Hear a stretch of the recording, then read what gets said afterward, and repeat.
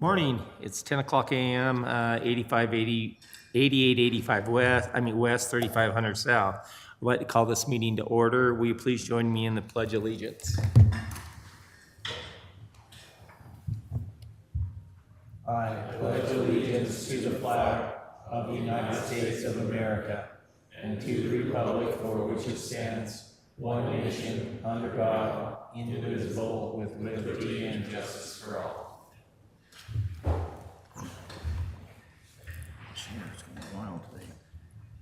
I'd like to welcome the public and guests. Today here with us is Trevor Andre, Dallas Headlines, Steve Clark, Andrew Sumption, Jeff White, myself, Mick Sudbury, Danny Stewart, Leal Fitzgerald, Nathan Bracken, and Clint Dilley.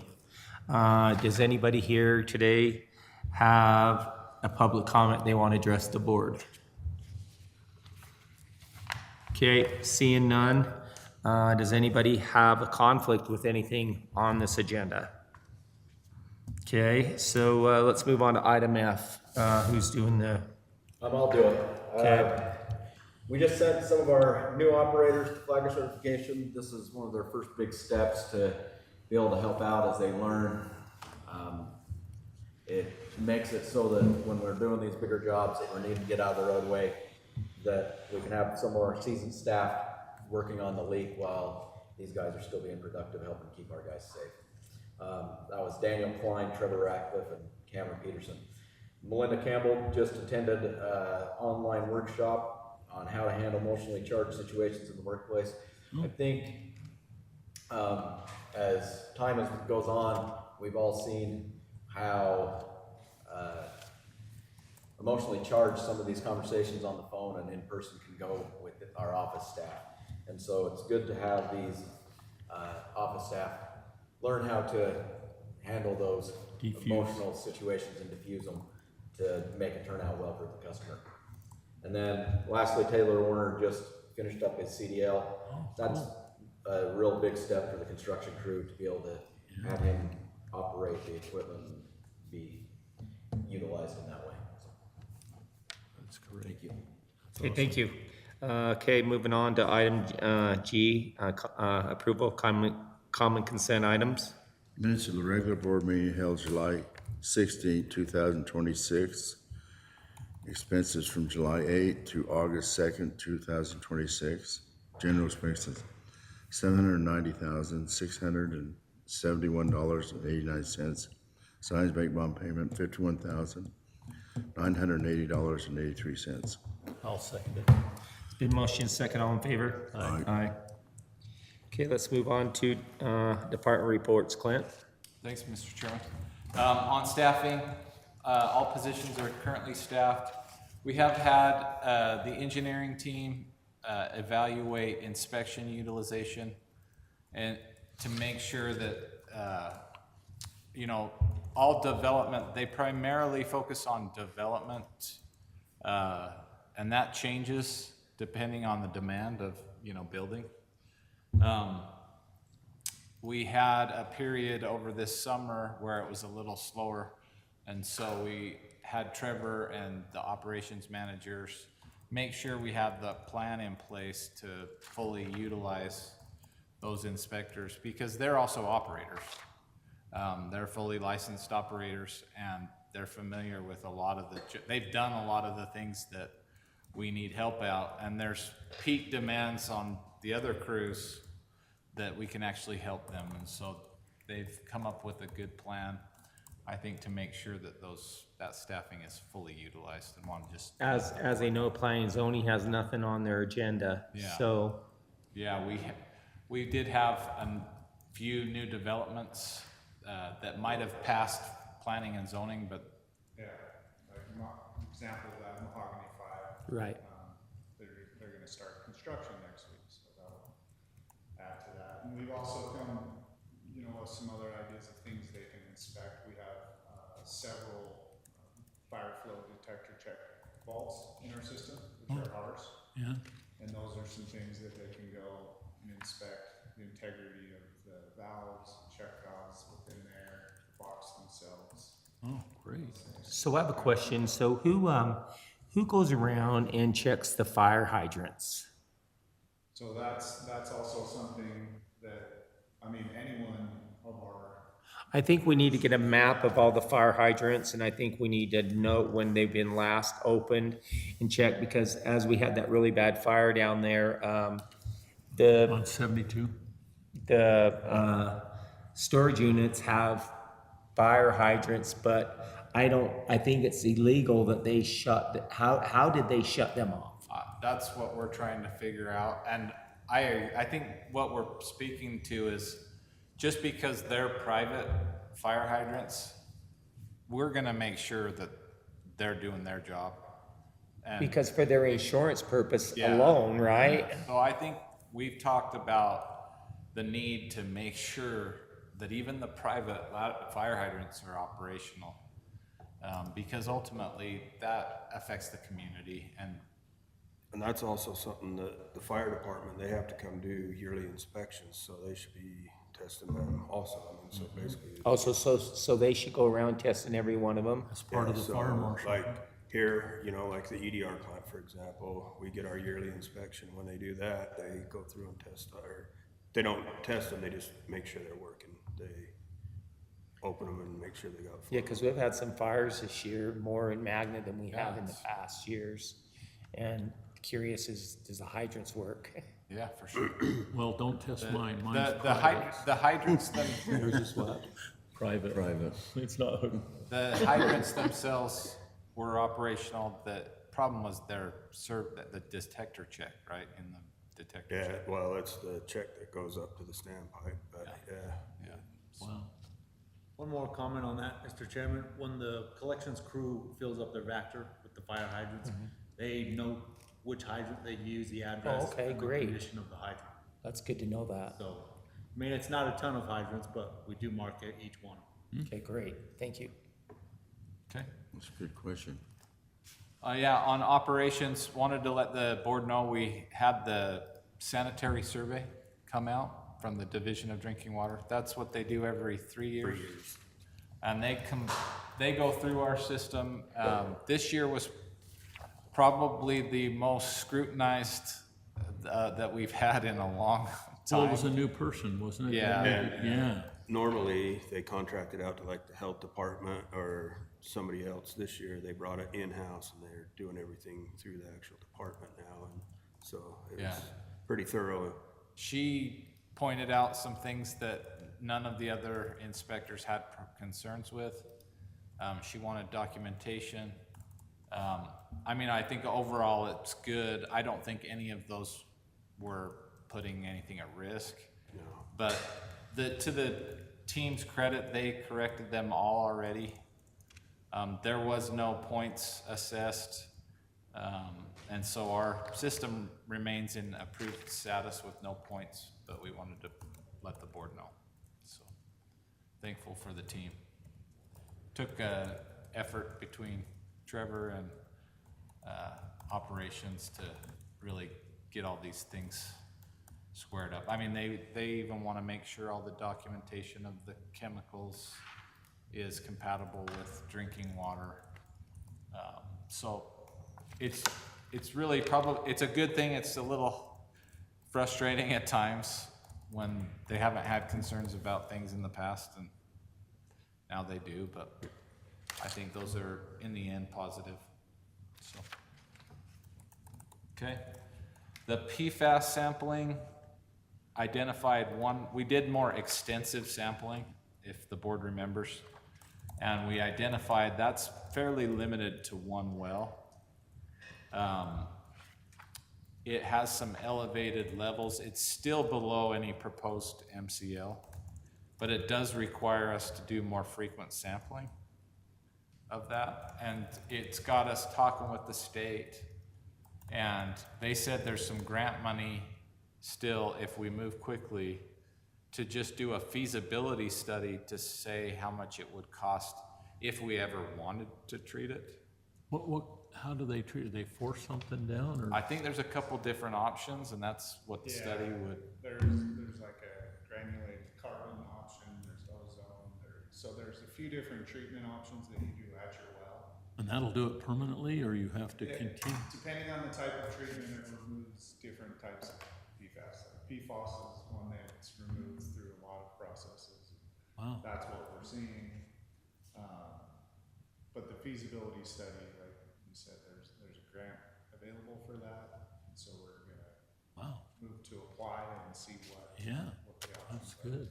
Yeah, that well gets blended down even further with all the others, and so When it it's mix- well below any. I seen in Nebraska, they were taking their wells and dumping chlorine down it, and I thought, what the heck does that do? For PFAS? Or, Is that what it is? I don't know. It just had a nasty taste for about 2 or 3 weeks, and I thought, that is a heck of a way. What do? Dump chlorine down it, then have them come test, say, okay, we passed? They may have other bacteria growth or something. yeah. They're fighting it. On the wastewater side, it wasn't just a wastewater issue, it was a coordinated team, but they specifically highlighted the wastewater. So I wanted to read the board email that I received. So we have Olympus Insurance as our local insurance provider. And then they work with our national, the group that's the national main insurance provider is called Glatfelter. And they sent 2 representatives from Glatfelter out to meet with the team and tour facilities. And this is the email from Glatfelter to the Olympus Insurance. Taylor, we had a great visit with the Magna Water District team today. You have a great client. The colleague from Glatfelters who is with me has visited water and wastewater treatment facilities in 25 states. I've been to fewer, but we agree Magna is the best we have visited in all aspects of its operations and management. Magna is an excellent example for other water and wastewater treatment facilities across the country. Your risk management efforts with the client are on display throughout their facilities. It is rare to see life-saving devices at wastewater treatment plants. Magna has them strategically located.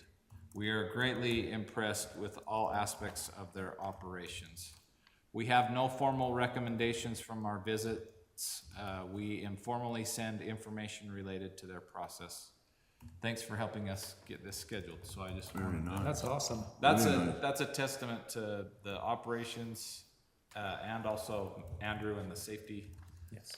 So I just wanted to pass that along. It's nice to get good feedback. Yes. Most is negative, so. And then I'll highlight that Dallas has been, one part of the system that we hadn't got full redundancy on is the polymer system, because it's not a big system, but if there is an issue, it's kind of complicated to deal with because of the nature of the polymer. And so he's been working on getting some redundancy. And I don't know if you wanted to add anything. I thought that was cool. I wanted to let the board know. Yeah, I think we had a recent incident that highlighted a little bit of a weakness, so we've decided to dig into it, create some redundancy there. We have a bunch of spare parts and stuff, but there's always a little bit more we could do. The polymer is so slippery, right? I mean, what would you describe the consistency as? Snot or? Yeah, it's slipperier than snot, if you've ever watched it. So what do we do with polymer? Oh, yeah, tell them. Yeah, Use it as a coagulant in the biosolids. So as it's going through the header of the pipe, it gets injected into that header, and then it's got some contact time before it gets into the bioreactor of the screw pumps or screw presses. And then that coagulates and just tries to reduce the amount of water and help squeeze it out as it comes through the presses. Okay. So how do we know when it's not working? The solids coming out the backside of the process, Not a lot of water in them? yeah, they don't have as much moisture removed. So couldn't we do a moisture meter on the back end that would kind of tell you if it's working or not? Yeah, you can tell visually whether or not it's working, and then we are required to do moisture samples. So, Okay. On the office side, Trevor and the team, the consultant team is updating the emergency response plan. that's required again, and, we thought it would be good to coordinate an event over the next shakeout. The Great American, isn't it, they call it the Great American Shakeout or something like Yeah, that? something like that. Next spring. We'll put on a mock event and maybe have, activity after. So if the board's wanting to participate, we'll make sure to let you know when that is. Just to make sure everybody's aware of what we do in an emergency. I think that's the biggest, and go through that exercise. Last, I'll just highlight the pole for the AMI has been installed and it's getting wired today, so that was our last step to be able to get this automatic information sent in from all the meters. And then we've got the customer portal. Yopify is getting really close to being able to roll that out. So I think we're in good shape to get that. Our goal was before the end of the year. I think we're gonna be well before the end of the year to get that I'm done. hoping so, yeah. So, I was looking at delinquent accounts, it seems like it's gone down a little bit, has it? Yeah, Because it seems like we've had as many as 800 on there before. yeah, we have, It'll probably, unfortunately, go back up. yeah, we For the just go through summer, a natural but- cycle with the bigger bills and the holiday season. It seems like that really Yeah. affects that.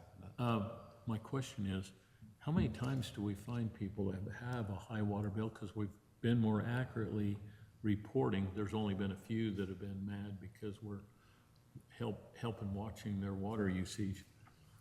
Are there very many times when I'm seeing people with their float stuck on their toilet and their water bill has been crazy? And I just wonder if that happens very often. Do we have very stupid, obvious things that? Especially if you have a customer that moved into the house and it was leaking before they got there, their water usage, they wouldn't even notice Oh, unless it really got worse, but or like a leaking sprinkler valve or something that they could do themselves, but I think do we that, find that very often, or is it just, I can't, I guess, I don't hear much about that type. The majority, I think, is outdoor leaks that we hear the most on. the bigger ones. But I think with the AMI and the capabilities, we will be able to much more accurately diagnose so those. that type- should help a little bit? Yeah, yeah. Okay. And it really should help the homeowner. Yeah, that's what I mean. Yeah, exactly. Okay. On the team communication and morale, me and Trevor are gonna be attending at Jordan Valley. They've got that new water budget policy and some implementation tools that we're gonna understand how that affects us, so we'll be attending that meeting next week. And then Andrew and I will attend and participate in that Magna Night Out for Safety and Unity on the 24th. We'll plan on being in attendance there. Andrew's got some Magna stress ball. Yeah, that they he's look got. they look like a rainbow. Water drop? They look like a water drop, and they say Magna Water District on it, Yeah, so. so Oh, cool. that'll be cool. We'll be able to It's awesome. do that and hand those out. We've been working to improve some issues with the union. That's ongoing. I think we've made some major progress, so we'll be able to inform the board on any of those details in the collective bargaining portion enclosed. We've also worked to improve communication with customers. I think the board saw the informational flyer that the engineering team put together. I did get a few calls about that, asking about that, so I thought that was positive. Just Mostly good interesting? feedback, interested in it. They're just asking, Yeah, what's this, what's that? yeah, yeah. So I Nothing think negative. Nothing negative, just I thought it was really good. drew some interest, so I thought that was good. And then we did have on customer complaints, another email that came in. I get all the emails. Customer said subject line pothole. This is just to give the board a feel of some of the types of things we get.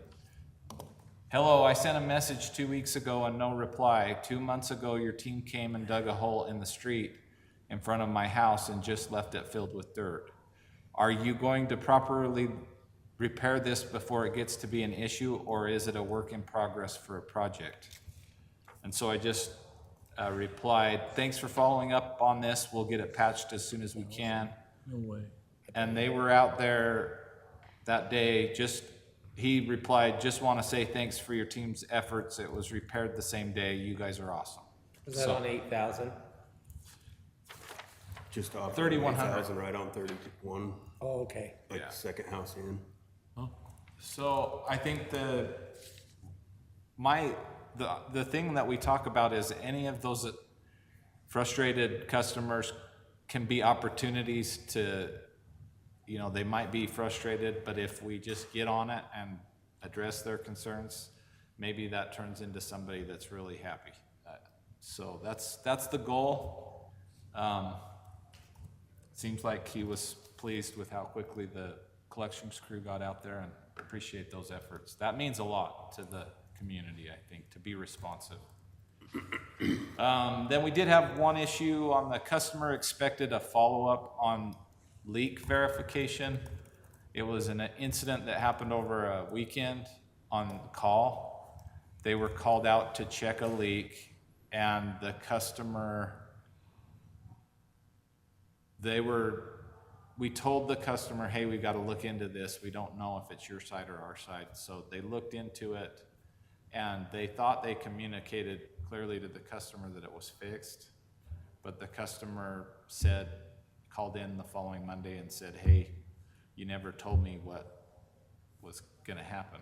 And so they were frustrated. We ended up fixing it and crediting that. Yeah, it ended up being theirs.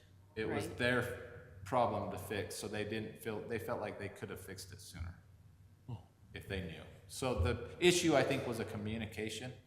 So I think we talked about with the on-call person to just make sure that they get the customer to repeat back what, hey, okay, so this is your problem.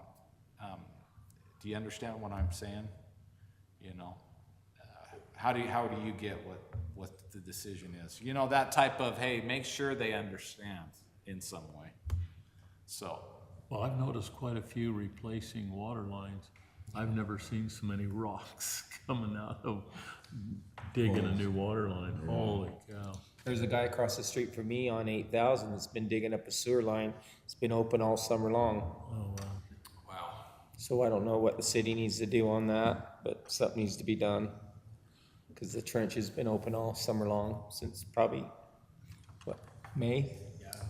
Yeah, it could be as simple as just having a belly in a sewer. But that's my report, unless the board has any. Anything from the board? Okay, thanks, Clint.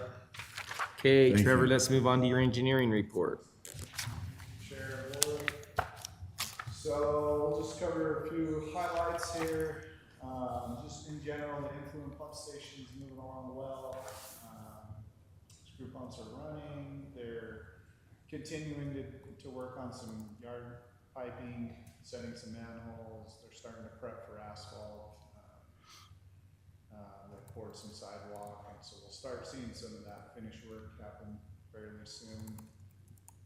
For the Haynes well number 8, we're still in the process with the EPA on finalizing grant paperwork. But the drilling process is moving along quite well. They've got that drilled, the casings in, and Widdison is out there developing the well. So can you re-drill the well before you get an agreement from the EPA? Yeah, we're able to move forward with the drilling process. The EPA will be involved when we build the pump station Oh, okay. on top of that well. So, but the drilling of the well, like I said, they're in the development phase. Do they move along very quickly, the EPA? No. They don't? Is there any way to speed that up? They have dates that they're well aware of, you know, that we're trying to meet, and they agreed with these dates. Oh, you have thresholds that you, Yeah, and we wanted to bid that in October, and they're moving towards to where we can still do that. It's just, they don't communicate a lot in between their steps, and it feels like forever, and then all of a sudden, here you go. And it's Wow. just- But the whole Surprise. process has taken, was it been 2-3 years now? oh my heavens. It's extensive. Well, the process was started before Celeste Malloy was even in office. Yeah, true. So, yeah, if you go all the way back there, it's quite a deal. Isn't there anything we can do to improve that? I think they just got cut to the bare bones staff, you know, with the Doge cuts and all that, so. The EPA is, the federal government's just slow. They have so many requirements and boxes to check, and that's exacerbated it. But we'll get there. I'm confident in that, especially where we're at this point. Project Westside Club, their collection phase 1B. You've probably seen on the north side of 201 at 8,000. That's awesome. They're out there setting up their bore pits, putting them in Yeah. shoring. That's next. They're the ones that are going to bore the freeway for our sewer pipe. Lightning is doing the fiber, and they're scheduled to be out next week, Oh. possibly the week after. But their process is only about a week of work. Oh, And so really? it'll take Nix much longer to set up these bore pits, dig them, set up their monitoring. It only takes them a week to relocate that fiber line? Yeah, it's pretty quick. We've waited a year and a half and it's taken them a week to do the work? All that buildup. No kidding. That'll be really nice, so you'll continue to see activity out there, and that lane closure, that's for another project, but we're piggybacking off some of that traffic control, and you'll see activity out there for quite a while. Let's see, West Side Collection Project Phase 3, we're in design. This is the portion that goes through some Kennecott property and into the Copper Club. We've been coordinating with everyone involved, Kennecott, Copper Club. We just went out and marked the alignment through the Copper Club so that their board can go and visually see how that will impact the course, which it's not much. It's all to the far north side. Doesn't really impact any holes or playability at this point, so. The WRF operations building, we held our pre-construction meeting. We're still working through the building permit with the MSD city side, but Paulson has been able to start submitting a bunch of stuff, and our engineer reviewing that. And we're pretty confident they'll be able to break ground and at least do some clearing, grubbing fairly soon for that project. And the building permit will progress and we'll have that. Zone 3 reservoir, we've got a anticipated filling date of August 27th. We've let Newman know. They still have some punch list items that they're working through. They're pretty active. They did some last week. They've been out there this week. So they know our fill date, and we're on track to do that. Is that something that we can fill during the winter? Not with when we winterize our system. Oh, how long will it take us to fill that number 3 reservoir? How long does it take to fill one? Couple weeks? No, 16 hours, Yeah. 16 to 20 hours. That's it to fill? This one may be a little different because we've got basically we're pushing the water to zone 1 here, Yeah, and then these pumps are taking it to 2, and then from there to zone 3. it piggybacks. is going up. So this might be a little bit of a limitation. Oh, sorry. But still, I would assume within 24 hours. 2 or 3 days at the most. Lead and copper moving along good there. We've got an item on the agenda, we'll discuss more there. And then, let's see, the conservation garden, our engineers finishing up specifications, and we're looking to bid that next week. So we anticipate having a project award to for you guys. Sorry, project bid to, review next month. That's it. You know, when I talked to that lady from the MSD on getting permits, and I just said, you know, people say it's really hard to get, it's really, forgot her name is Jessup, I forgot what her first, Lori. And she act like to me it doesn't take long to get permits, but everybody I talk to has really a problem through the MSD trying to get permits. And I don't know what the city can do to try to push it, to make it faster, but people get really irritable out here. I mean, you know, it's not just here. Anywhere the MSD is doing, it just takes forever to get permits. What suggestion, based on our experience, and maybe Nate even could, what would help get those permits through quicker, in your opinion? It would help if there was a clear definition of what was needed. The building permit process, I don't think is actually not bad. Corey does a good job. The land use permit, that was a 3-month endeavor, and it was trying to understand the why and when we could have submitted it. I mean, we may have been able to submit that a little early. Who is that? Who is it that you deal with on that? Who's in charge of that? My point of contact's name was Shad Cook. So that's Salt Lake County, that's not the MSD. Oh, So the MSD contracts with Salt Lake County Public Works. And do you remember the wastewater treatment plant years ago? That was the same issue. It wasn't the building permit per se. It was trying to get to the building permit because of the land plan. So I'm wondering who from Salt Lake County we could talk to try to see So if, so this is a larger discussion. Everybody's unhappy with Salt Lake County Public Works, the MSD and all the other cities that contract with them. So if you have a public works nexus to anything that you're doing, so when the metro townships were first created, the master interlocal, which the county is now trying to cancel, required the MSD to contract with Salt Lake County Public Works. So you can submit a building permit application or a land use permit application with the city, but if there's a public works department, that seems to be where everyone's frustrated. And including when you guys have discussed this stuff in the past, it's usually the county rather than the MSD staff that seems to be the big issue. That's probably true.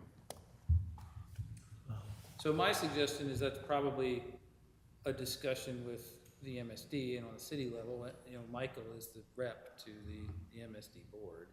and I think Lisa, Liesel well, not Lisa, but I'm talking with the county that oversees that. Department? I think Lisa and Michael can talk to her because. If anything we can do from the district to, if we want case studies to point to where it's affected us, we'd be happy to. So what the city could do is it could come, I mean, at the end of the day, the Salt Lake County is a contractor and they're supposed to be following the city's process, so the city can look at, there's things it could do to more clearly define its process, but, anyway, we don't wanna get into this on the record, but, that's, if it's Shad Cook is with Salt Lake County, he's not with the MSD. And I'm not talking about Shad personally, but that's, that doesn't sound like an MSD issue, it sounds like it's a Salt Lake County issue. Because what were the questions that you had, that you were interacting with Shad on? I mean, the challenge was that we couldn't submit the land use permit until the project was finished. Yes. And then we couldn't submit the building permit until land use permit was completed. So, and even the requirements of the land use Yeah, he asked me if I announced who was all here today, and I did, didn't I? Yeah. I mean, we had to have a delay agreement for the Yes. frontage. That went through a pretty lengthy process. Certain requirements that we had to try to justify, and their response was, we can't change it, we want to go through a variance. That's another month-long process. It just kind of delayed everything. Yeah, so I guess maybe my question is, that's all land use, why was Shad involved? Because Shad's with the county. Just my point of contact, and I mean, he has an MSD email, so I'm not sure why. Yeah, but he's, or is it Chad Anderson? Shad Cook. Yeah, he's not with the MSD, because he stayed. But yeah, but also, I wasn't as involved with, as you were, but it seems like sometimes the responses back took 2-3 weeks, rather than, that seemed like more. I can look into that a little bit more. I had thought Shad had stayed with the Salt Lake County Engineering Office when they left, but maybe he came over, but my involvement with him has always been at the county, but I can look into that. And I think another thing that's happening right now with the building permit is that, you know, we have some questions. And even before we submitted it, we were really hesitant to speak openly about those questions so that we could, when we submit our, you know, everything for the building permit. You wanted this that maybe acquisition. we have some preliminary answers already taken care of that They wouldn't do it. ultimately makes their job easier. Yeah. But they were really reluctant to provide any good feedback. And so now Before they had to submit. before the full application's in and fees are paid and, Yeah. and I don't know if I'm looking for preferential treatment or not, but it just seemed like that could help. Yeah. So I think part of the problem that they deal with is they have developers that come in and they don't know what they do, and then they end up doing the developer's job with the plans. So they get yelled at by their cities of, why are you spending all of our money on somebody's project?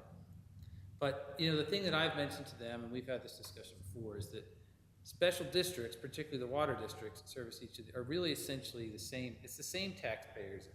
If they had incorporated 100 years ago, you would be their public works department.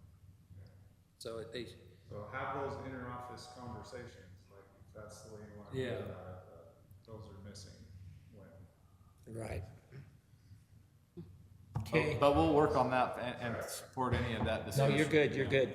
I'm done with this. Okay, let's move on to you, Steve, the water production. All right, thank you, Board and Chair. So the culinary water production for the month of July was 246.8 million gallons, or 757.48 acre feet. And that's a 14.87% decrease from 2025. Year-to-date production for June was 1,061.39 million gallons, or 3,257.52 acre feet. And that's a 5.3% decrease from 2025 year-to-date.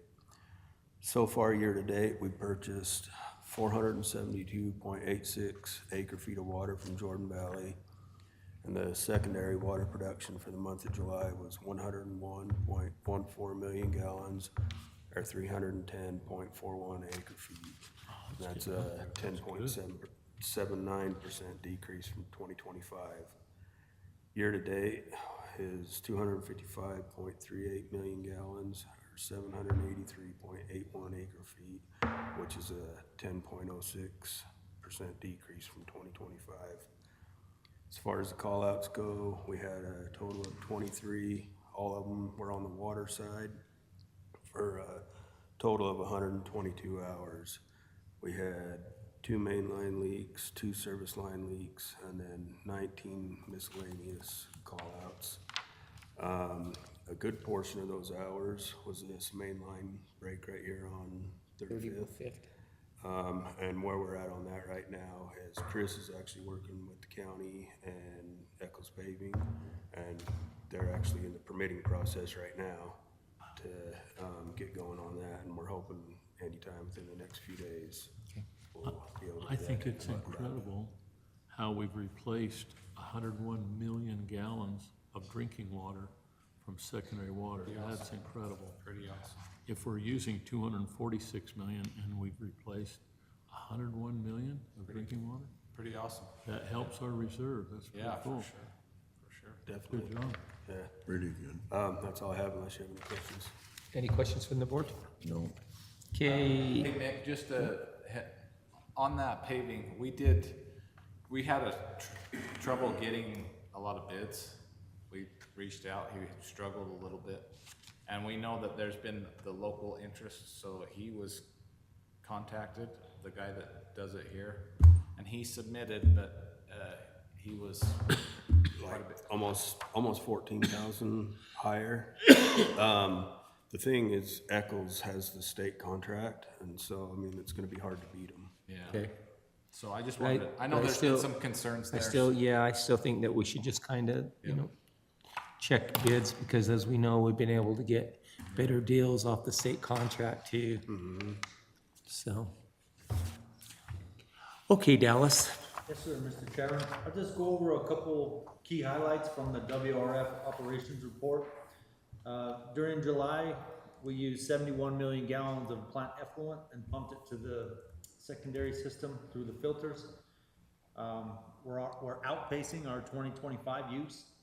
So I think, when we talk units and millions of gallons and gallons per day, we can lose the perspective, but that's enough water to fill this reservoir about 14 times. Wow. So when you drive by that reservoir and you think, oh, that's really big, we've filled that 14 times just in July. Wow. All the plant parameters and samples are in a really good place.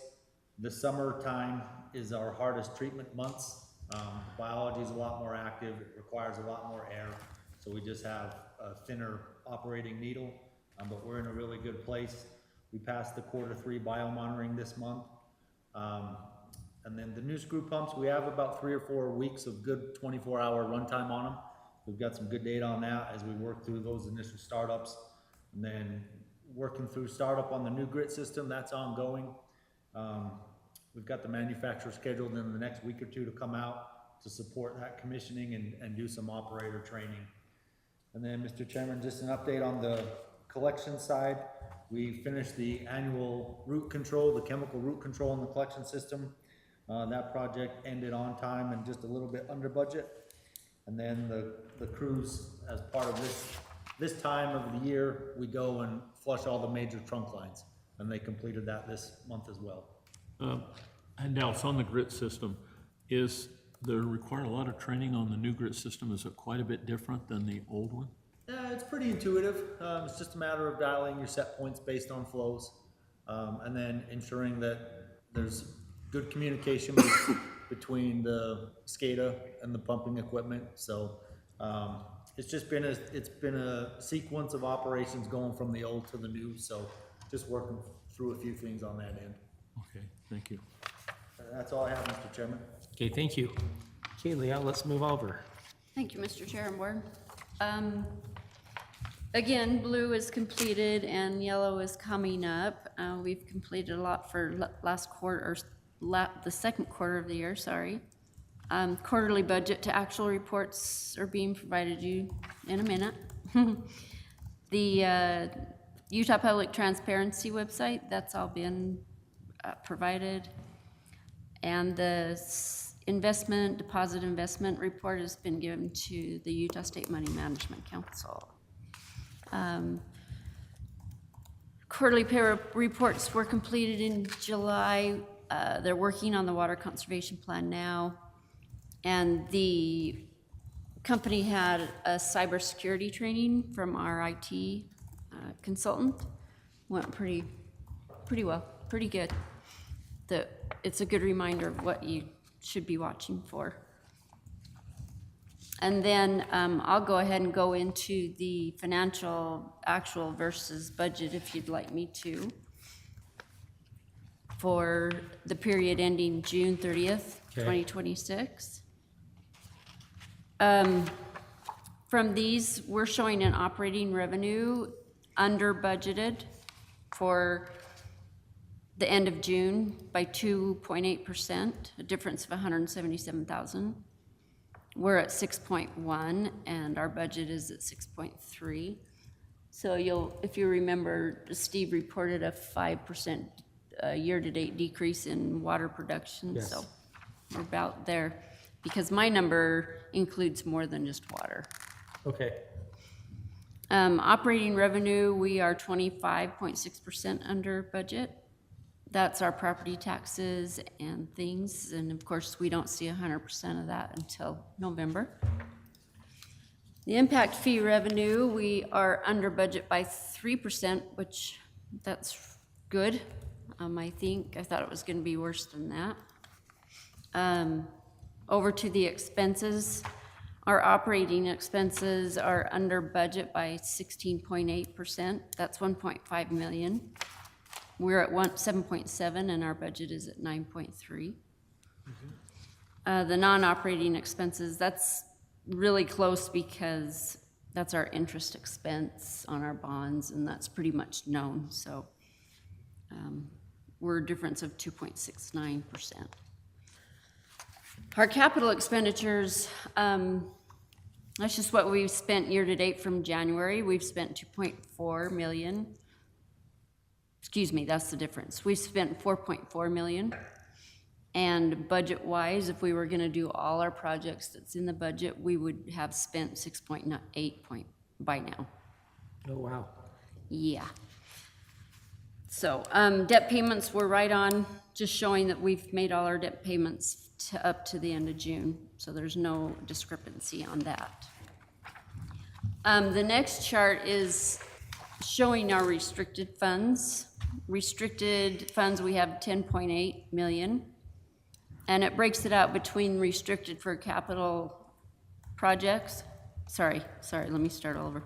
Restricted for construction, capital projects, so 212 is restricted for that.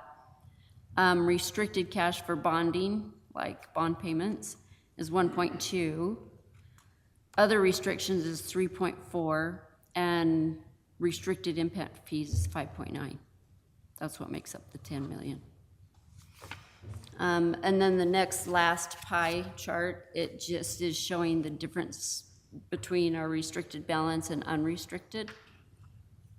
And restricted is at 10.8 again, and unrestricted is 12.1 right now.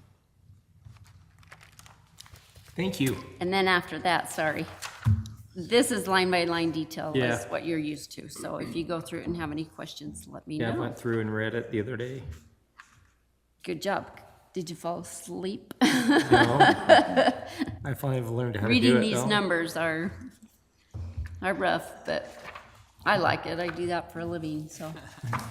You guys have any questions? Oh, it looks good. Okay, thank you. Thank you. Andrea, let's move over to you. Yes, thank you, Board and Chair. So, top of the report has already been discussed. We're fully staffed. We've had a couple trainings, specifically the flagger training, and we had an on-site cybersecurity training for all the staff.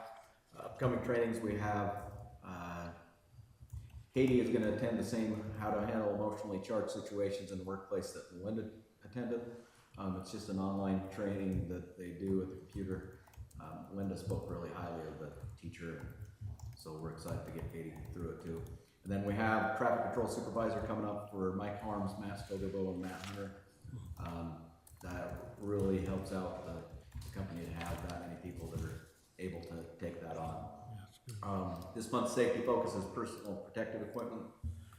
I don't think we can ever talk about that too often or too much, because in all reality, that's one of the first lines of defense to make sure that everybody goes home safe with all their eyes, all their fingers, and their ears still working. Operations is going to return to their regular schedule this coming Monday, 7 a.m. to 5:30 p.m. And then we'll talk about those conferences coming up here in a little bit. Two things that I want to discuss with the board. First is, as we've been researching, as we go through each year and look at where we are benchmarking with other districts, one thing that, and cities, one thing that came out of that research is that the titles for our executive team don't match the roles completely, and so the other districts have directors rather than managers. We just want to talk to the board about it, if they would want to see that as a change. It wouldn't come with any role change or any raise or anything like that. It would just get more in line with what, just the title change is the only thing that's going to change. That would get us more in line with what the other districts are doing. Yeah, but then they can't compare us, so it's okay. If the board wants to see that again, we'd bring it back with Yeah, your support. why don't you bring it back? Why don't you submit what it is and what it should be, Yes, I will. don't you think? So we can see it. The biggest thing the only thing that would really change is what the title in AR and RS would change. Give them an example of what would your title change? So mine would go from HR manager to director of human resources.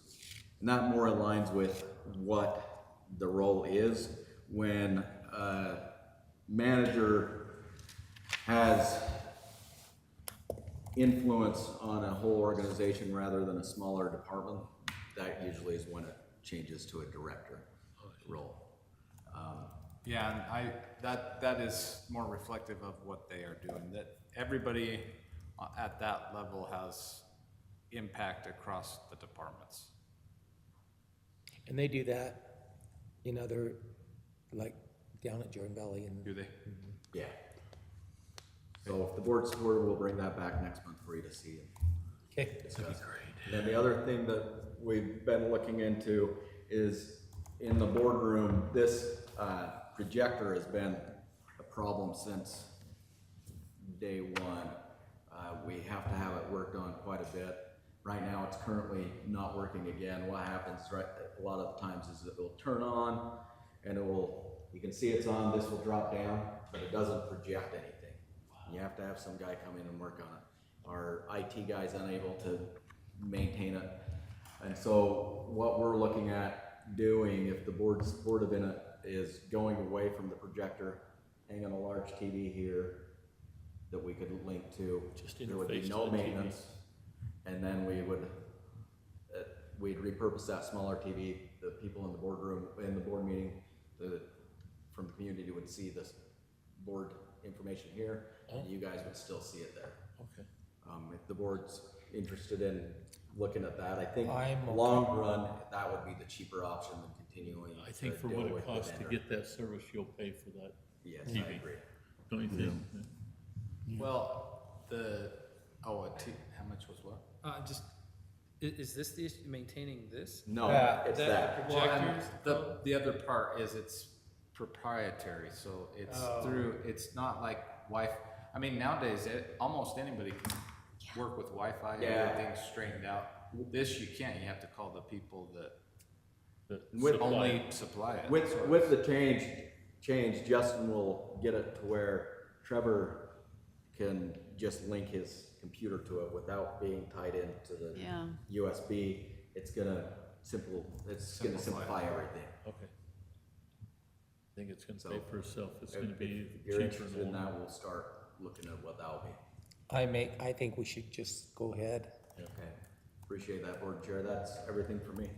Okay, thank you. Thank you. Okay, moving on, projects, awards and agreements.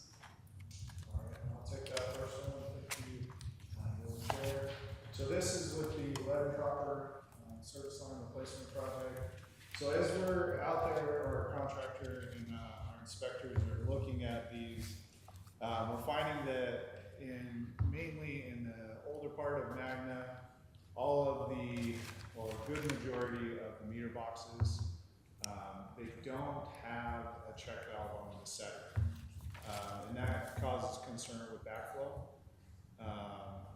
And so we have directed them to replace those, and that also a lot of times comes with replacing the meter can and lid, because those are older, different models than we use now in our standard or broken, things of that nature. So what this is a work change directive that essentially creates a bid item in the schedule, where each new meter can and setter is $1,329.54, which is very reasonable. It's essentially cost plus a small markup. And then what we've done is we've anticipated replacing the remaining of these, which comes to a total of $3,239, and that would be added to the overall contract price. One thing to note with this project is that as we've gone out and done additional investigation on ones that we had previously identified, we've been able to eliminate some of those, finding out that they were in fact copper or there was poly.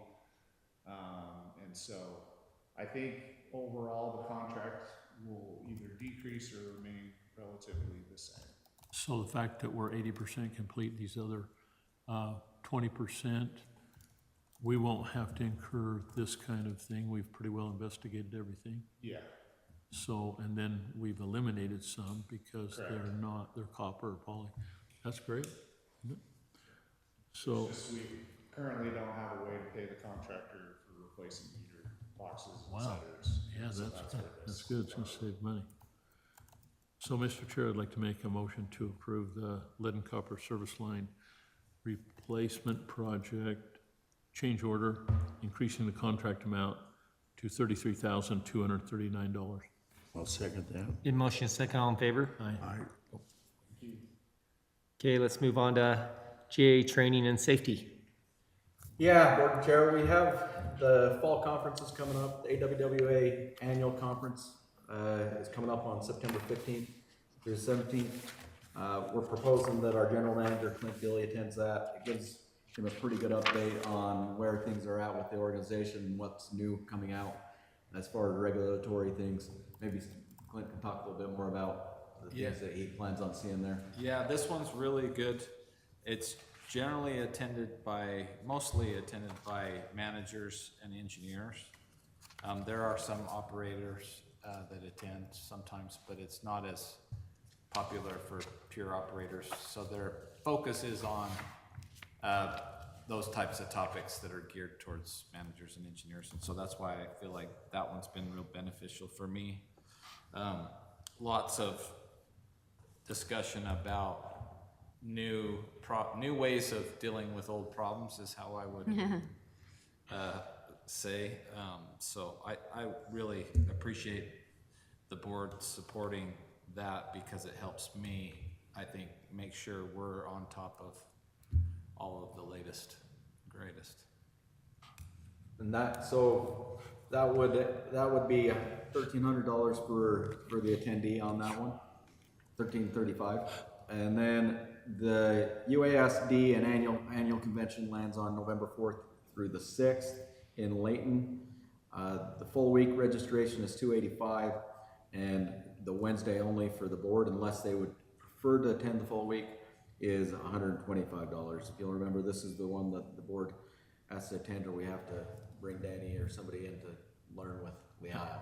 And that Wednesday's the 4th, isn't it? Yeah, I believe that is Wednesday the 4th, It's right? usually a It looks like it's Wednesday the 4th, okay. You hear that? And so, we're suggesting that General Manager Dilly attends, our accountant, Mandy Whitmore attends, and the board as well. I do think there's a lot of value in that. And then the last conference that's going on that we look at is the annual WEAU. Dallas has determined that there is no needed CEUs at this current time, so we will not be attending.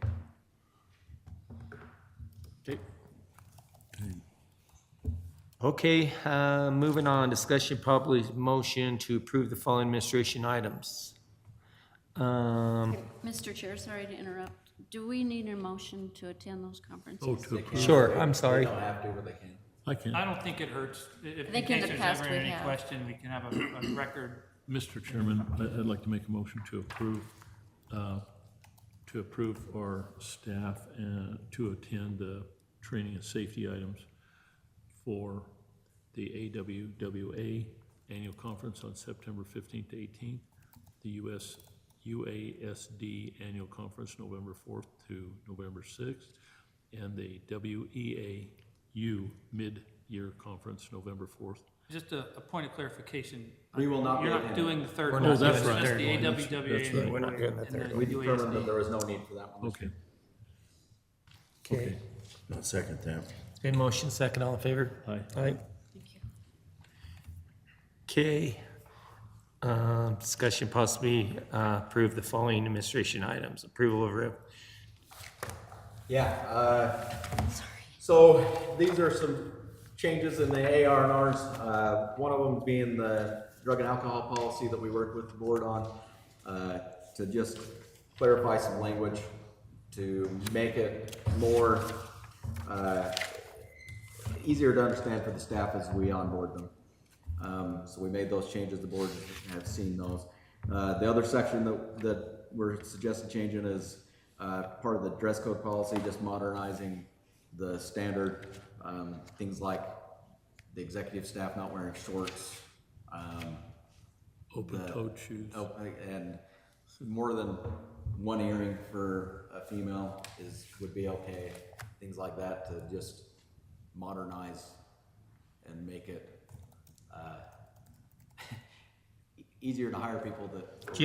Just, let me go back a step. Just make sure it falls under everything, so there's no harassment charges, just so you know. Just being honest. Nathan has reviewed these changes. Okay, And then the last thing is just the ethics section, the updated contract, the updated ethical behavior form. Right. That we all signed will be swapped out and changed. Can I add one more thing? Under Title 17B of the Utah Code which governs special districts, we have to review our personnel policy each year. This would check that box.